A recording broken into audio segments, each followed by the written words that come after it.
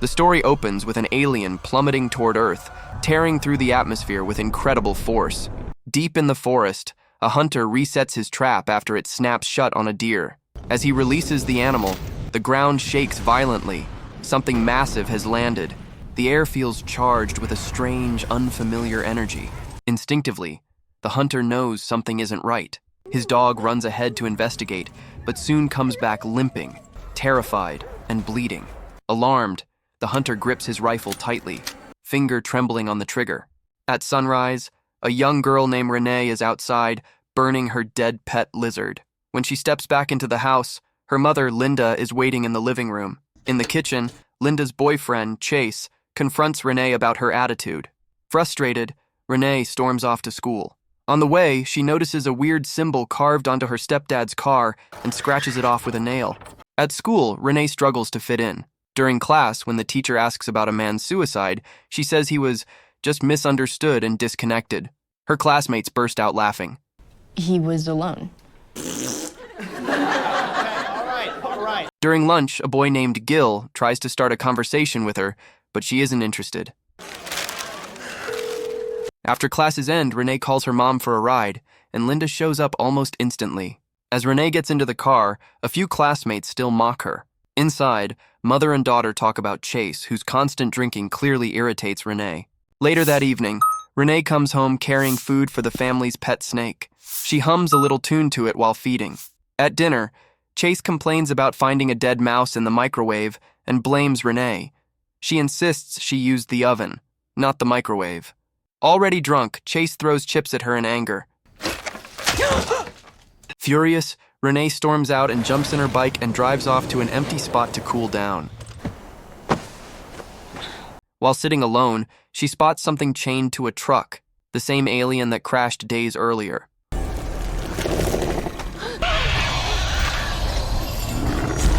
When it starts thrashing violently, she panics and tries to start the bike, but then she notices green blood dripping from its wound. The creature soon calms down, and Renee cautiously approaches, loosening the chain before speeding away into the night. When she gets home, she finds her mother quietly sitting in the living room, completely unaware of what just happened. The next morning, helicopters roar overhead as search teams comb the area for the alien. Determined to find and protect it before the government does, Renee scribbles a list of tools she'll need to approach it safely. Later, she meets up with Gil and asks to borrow his camera. He refuses, until she offers to write his English essay in exchange. They make the trade, and Renee returns home with the camera. Inside, her mom and Chase are waiting. They show her a work ID chip, explaining that Chase just got a new job and is trying to turn things around. Exhausted, he mumbles something about having an early dinner and goes to bed. Still upset from the night before, Renee quietly wishes he'd just apologize. Later that night, she reviews her list, crossing off what she's already gathered. Sneaking into Chase's room, she steals his car keys and heads outside. After searching the vehicle, she finds a few more supplies and packs them all onto the bike. She drives to the crash site and peers through the camera lens. Nothing at first, until she spots a faint trail of green blood. Following it, she finally finds the alien again. She checks her weapon,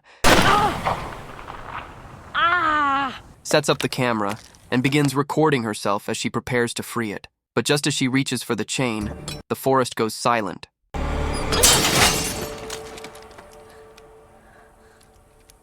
Is it dead?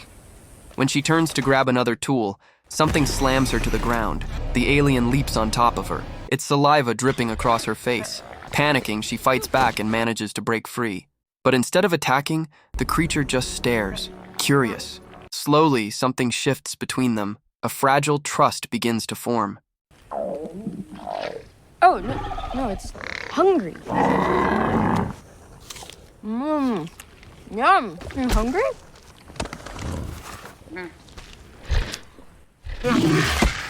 Yeah. They're here for you, aren't they? Bad danger. Well, That night, Renee comes home, only to realize her gun is gone. When she goes to look for it, she runs into Chase, who questions her about the missing car key and pleads with her not to tell Linda he's been drinking again. Stepping outside for air, Renee suddenly freezes. The alien is standing right in front of her. It had followed her home. Shock flashes across her face. but quickly turns into concern. She warns it that if her mom sees it, she'll probably turn it over to the authorities. In a blink, the alien disappears, then reappears right behind her, pressing a glowing hand to her chest. A surge of energy flows through her as their minds connect. When Renee regains consciousness, she realizes they can now understand each other.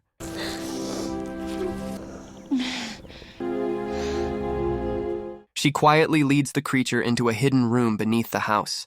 Meanwhile, government agents continue to investigate the crash site in the forest.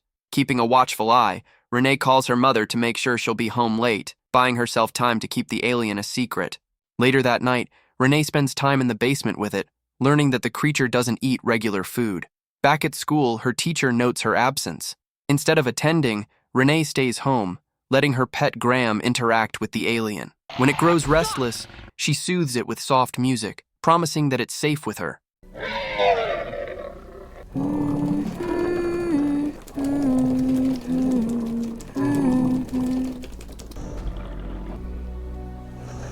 But you're with me now, and I'm gonna keep you safe for as long. An alarm suddenly goes off, her mother's car pulling into the driveway. Panicking, Renee rushes to hide the alien back in the underground room. Moments later, Gil shows up at her door to pick up his camera. Renee slips out of the basement, giving the alien some water, and goes to face her mom, who immediately confronts her for skipping school. When Renee heads back to her room, she finds Gil holding her camera. She demands it back, only to realize the tape is missing. They struggle briefly until her mother barges in, forcing them to stop. Now, what is this? Give it to me. No. Oh, hey. Just a second! Look, honey, After Linda leaves, Gil presses her for answers. To shut him up, Renee takes him to the hidden basement. But the alien doesn't take kindly to strangers. It reacts violently the moment Gil enters. Okay, look.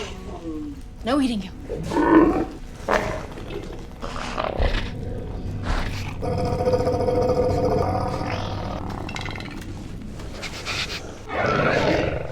Terrified, he collapses as the creature sniffs him curiously. When he finally comes to, he tries to bolt, but Renee convinces him to stay. She shows him how the alien relaxes whenever she sings. Watching this, Gil softens. As they head back upstairs, Renee makes him promise not to tell anyone. Elsewhere, the government's search intensifies. At sunset, feeling lonely, Renee returns to the basement. She plays the piano and sings to the alien, their bond growing stronger with every note. The next day, she meets Gil again. He tells her they should take the alien out to the desert that night. He has an idea that might finally get it to eat. Renee warns him the area is still crawling with search teams. Gil counters that they can head farther south, into a stretch of desert untouched by the hunt. It might be their only shot at keeping the alien safe.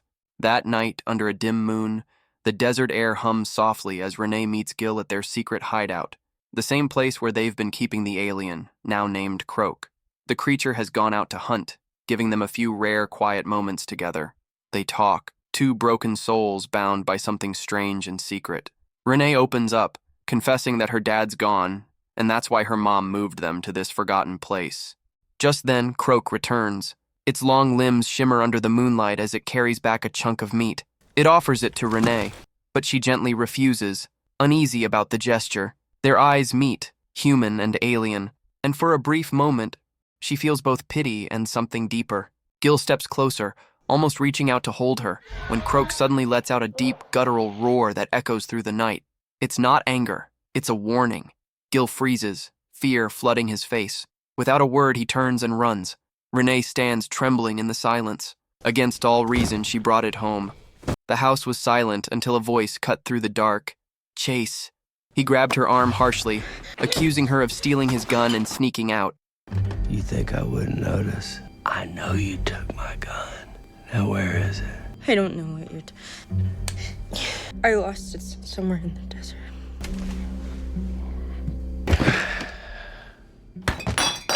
His words hit like blades, each one sharper than the last. As his anger boiled over, Renee's fear triggered something distant. Croak began thrashing, its body trembling in rhythm with hers. They were connected. When she tried to break free, Chase slammed her against the wall, his rage turning brutal. Before he could strike again, Linda burst in, screaming for him to stop. The entire house shook violently as the alien sensed Renee's terror. Glass cracked, walls rattled, and Chase stumbled back in confusion. Enraged, Linda threw him out, but the damage was done. Shaking with fear and fury, Renee ignored her mother's pleas and ran off, vanishing into the basement where Croak waited. The moment she arrived, the creature calmed, its breathing steadying. The night slipped by in uneasy silence, and Renee fell asleep beside the being she once feared. On her way to school, an FBI agent named Jonathan stopped her. He asked a few questions about her family, subtly probing about her mother's boyfriend. Renee's reply was blunt. "He's not my father." Before walking away, Jonathan handed her his card, his tone calm but suspicious. Meanwhile, at home, Linda had called a plumber to fix a leak. The man whistled as he entered the basement until his tools hit the floor. What the?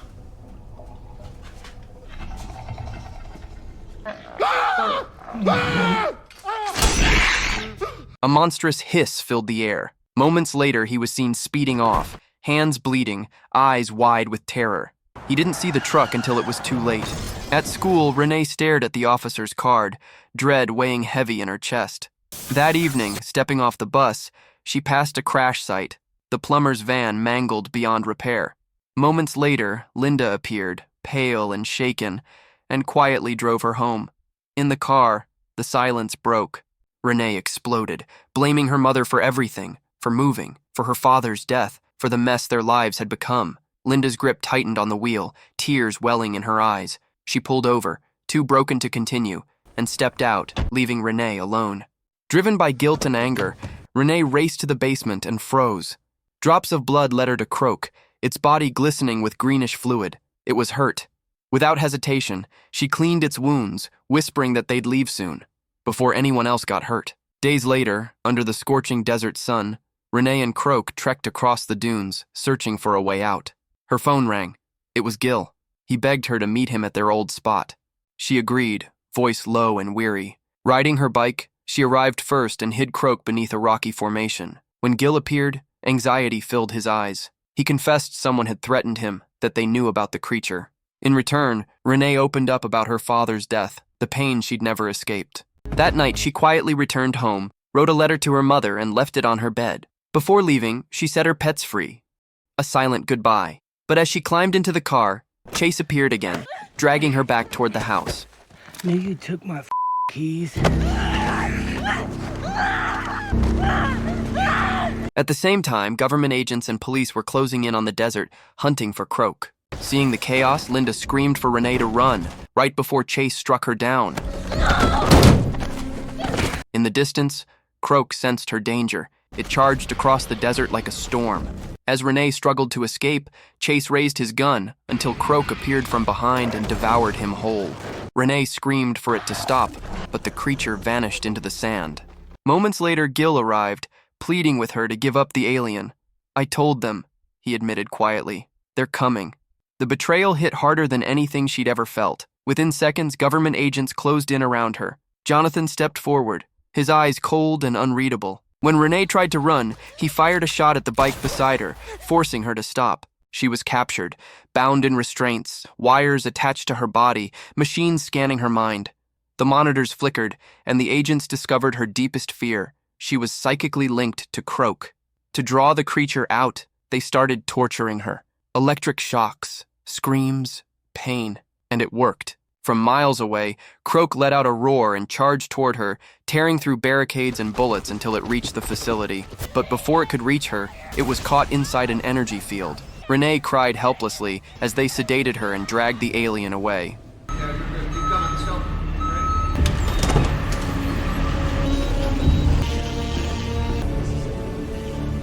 When she woke up, she was locked inside a small, sterile cell.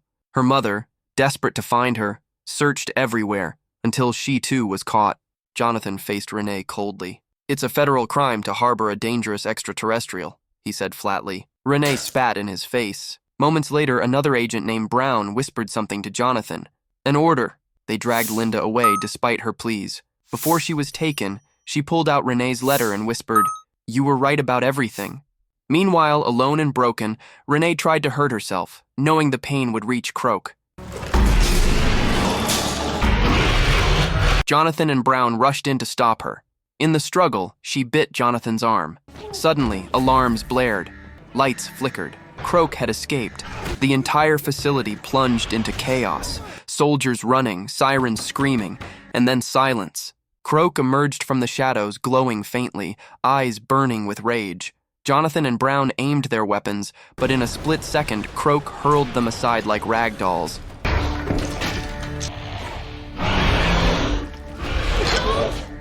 Renee screamed, begging it not to kill them.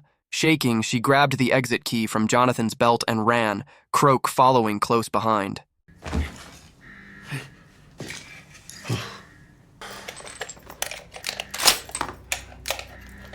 They made it to the car, ducking underneath as gunfire tore through the air. Jonathan stumbled out, bleeding but relentless, firing until his weapon clicked empty. Croak lunged to protect Renee, but one bullet hit deep. Staggering, the alien impaled Jonathan with one swift strike before collapsing. Renee screamed, rushing to its side as tears streamed down her face. At that moment, Linda appeared, running to her daughter. They fell into each other's arms, holding tight as the sun rose over the desert, mother, daughter, and the fading shadow of what they'd lost. Later, Renee sat at home, her fingers gliding across piano keys, a soft melody echoing through the quiet.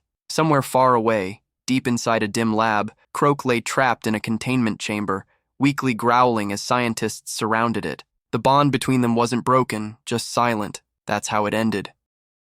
Subscribe for more videos like this, turn on notifications, and leave a like to support the channel.